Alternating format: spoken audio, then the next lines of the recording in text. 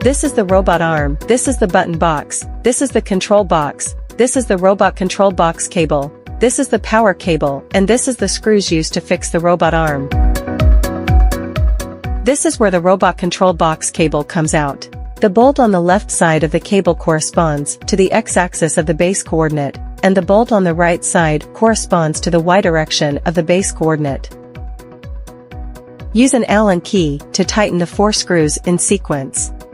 Installation completed. Firstly, plug in the robot control box cable and tighten it counterclockwise.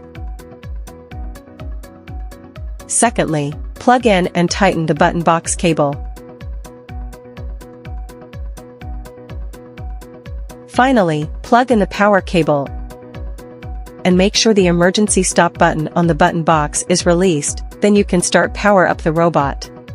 During the robot power-up process, the robot end indicator light presents a cycle of red, green, and blue lights. Wait for the indicator light to turn to green and is always on, then you can start log in Robot Web App.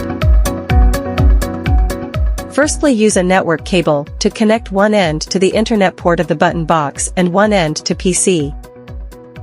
Next, open your PC's network and internet settings interface, select Ethernet, change adapter option. Select the connected Ethernet, right-click its properties, select IPv4 to modify. Change to 192.168.58.xx, the last digit cannot be 2. Subnet mask 255.255.255.0. Click to confirm and save. Then open the browser. Enter URL 192.168.58.2 to enter the Robot Web App interface. Login account name, admin, password, 123. Then you can start operate the robot after successfully login.